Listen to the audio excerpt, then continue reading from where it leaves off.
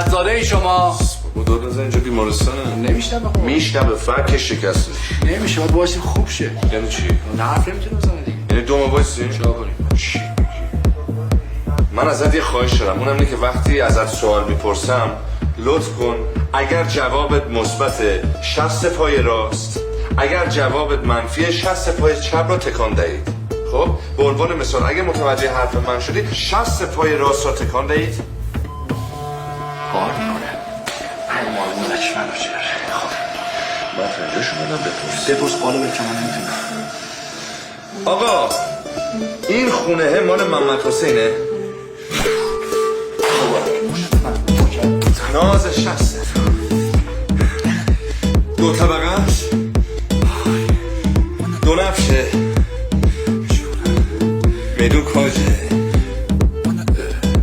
مگه سعادت آباد نیست؟ گفتم سعادت آباده. و کجای سعادت آباده؟ چجوری با شستش بگه کجای سعادت آباده آخه؟ بابا با یه 60 یه میدون یه چیزی به چرخ و یه چاره یه سینما نشون بده دیگه. ما با یه 60 باید یه آدرس بگیریم. آقا دست درد نکنه.